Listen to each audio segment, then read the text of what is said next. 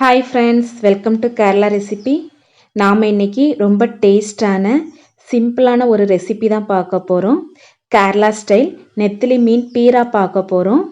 இந்த ரெசிபி கண்டிப்பாக உங்கள் எல்லாருக்கும் பிடிக்கும். வாங்க வீடியோக்கு போகலாம். அதற்கு ஒரு பெரிய சைஸ் தேங்காயில் ஒரு அரை முடி துருவன தேங்காய் எடுத்து வச்சுருக்கேன். இது மொத்தமாக 1.25 கப்பு இருக்குது.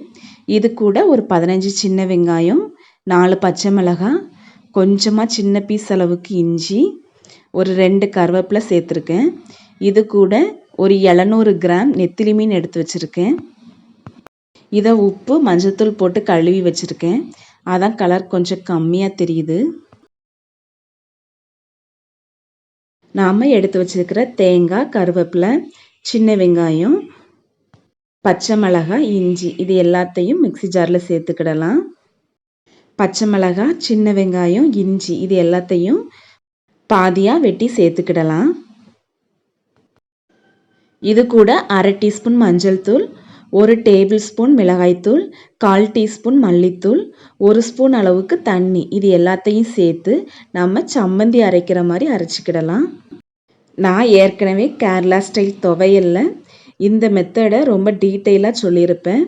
லிங்க் டிஸ்கிரிப்ஷனில் கொடுக்குறேன், பார்த்துக்கோங்க. இதை ரொம்ப போட்டு அரைக்க வேண்டாம். மிக்சியில் பல்ஸ் மோடு போட்டு அரைச்சிக்கோங்க. எக்ஸ்ட்ரா தண்ணி எதுவுமே சேர்க்க வேண்டாம். இது நல்லா அரைஞ்சி வராது, எல்லாமே கலந்து வரும். இது நம்ம பார்க்குறதுக்கு எல்லாமே சேர்ந்த மாதிரி இருக்கும், ஆனால் எதுவுமே அரைப்பட்டிருக்காது. இதே மாதிரி அரைச்சி வச்சுக்கோங்க. இனி ஒரு 5 பீஸ் அளவுக்கு மாங்காய் எடுத்து வச்சுருக்கேன். இதை ஒரு நீல வாக்கில் நெத்திலி மீன் சைஸ்லேயே நீங்கள் கட் பண்ணி வச்சுக்கோங்க. பார்க்க ரொம்ப அழகாக இருக்கும். நெத்திலி மீன் பண்ணும்போது உங்களுக்கு மாங்காய் இருந்துச்சுன்னா கண்டிப்பாக சேர்த்துக்கோங்க, ரொம்ப டேஸ்ட்டாக இருக்கும். இனி நம்ம குழம்பு வைக்கிற பாத்திரத்தை எடுத்துக்கிடலாம். அதில் கழுவி வச்சுருக்கிற மீன், அரைச்சி வச்சுருக்கிற தேங்காய், இது கூட மாங்காய் சேர்த்துக்கிடலாம். கூடவே கொஞ்சமாக கருவேப்பிலை, ஒரு பச்சை மிளகாவை கீரி எடுத்து வச்சுருக்கேன், அதையும் இது கூட சேர்த்துக்கிடலாம். இது கூட தேவையான அளவுக்கு உப்பு சேர்த்துக்கிடலாம். நான் ஒரு 3 புளியை எடுத்து வச்சுருக்கேன், அதையும் இது கூட கரைச்சி சேர்த்துக்கிடலாம். மாங்காய் ரொம்ப புளிப்பாக இருந்துச்சுன்னா புளியோட அளவை கம்மி பண்ணிக்கோங்க. இதில் எக்ஸ்ட்ரா ரொம்ப தண்ணியில் நம்ம சேர்க்கறது இல்லை. இது எல்லாத்தையும் நல்லா கலந்து விட்டுக்கிடலாம். நல்லா ஒன்றோடு ஒன்று மிக்ஸ் ஆகிற மாதிரி கலந்து விட்டுக்கோங்க. உங்களுக்கு கேரளா ரெசிபி பிடிக்கும்னா இந்த சேனலை சப்ஸ்கிரைப் பண்ணி வச்சுக்கோங்க. கூடவே பெல் பட்டனை கிளிக் பண்ணி ஆல் ஆப்ஷனையும் கிளிக் பண்ணி வச்சுக்கோங்க. உப்பு, புளி, காரம் எல்லாத்தையும் இந்த நேரத்தில் செக் பண்ணி வச்சுக்கோங்க.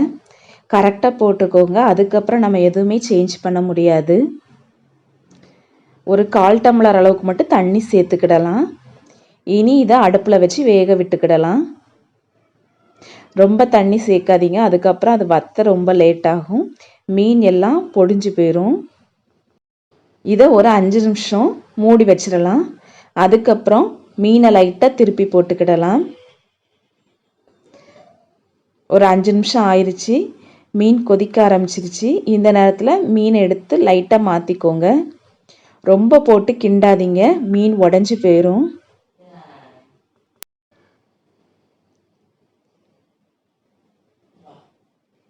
இனி மறுபடியும் இதை ஒரு மூடி வச்சு மூடி திரும்பவும் ஒரு 5 நிமிஷம் நீங்கள் வேக வச்சு எடுத்துக்கிடலாம். இனி ரொம்ப போட்டு கிண்ட வேண்டாம், அப்பப்போ இடையில எடுத்து சுற்றி விட்டுக்கோங்க. இனி மூடி வச்சு மூட வேண்டாம். அடுப்பை மீடியம் ஃப்ளேம்லேயே வச்சு நல்லா வேக விட்டுக்கிடலாம். தண்ணியெல்லாம் நல்லா வத்தட்டும். இந்த நேரத்தில் ஒரு கொத்து கருவேப்பிலை சேர்த்துக்கிடலாம். இது ரசம் சாதம், கேரளா ஸ்டைல் தேங்காய் குழம்பு இது எல்லாத்துக்குமே சூப்பர் காம்பினேஷனாக இருக்கும். நம்ம சேனலில் ஏற்கனவே இந்த 2 குழம்பும் போட்டிருக்கேன், லிங்க் டிஸ்கிரிப்ஷனில் கொடுக்குறேன், விருப்பம்னா செக் பண்ணி பார்த்துக்கோங்க. ஒரு 15 நிமிஷம் கழித்து தண்ணியெல்லாம் நல்லா வத்திருச்சு. இனி கடைசியாக 1 டேபிள் ஸ்பூன் அளவுக்கு தேங்காய் எண்ணெய் சேர்த்துக்கிடலாம். இனி இதை அப்படியே மூடி வச்சு ஒரு 10 நிமிஷம் கழித்து நீங்கள் பரிமாற ஆரம்பிக்கலாம். அவ்வளோதான், சுவையான கேரளா ஸ்டைல் நெத்திலி மீன் பீரா சூப்பராக ரெடி ஆயிடுச்சு. இந்த ரெசிபியை கண்டிப்பாக உங்கள் வீட்டில் செஞ்சு பாருங்கள். எப்படி வந்துச்சுன்னு கமெண்ட் பண்ணுங்கள். வீடியோ பிடிச்சிருந்தா லைக் பண்ணுங்கள். அப்படியே கேரளா ரெசிபி சேனலுக்கு சப்ஸ்கிரைப் பண்ணி வச்சுக்கோங்க. கூடவே பெல் பட்டனை கிளிக் பண்ணி ஆல் ஆப்ஷனையும் கிளிக் பண்ணி வச்சுக்கோங்க. தேங்க்யூ.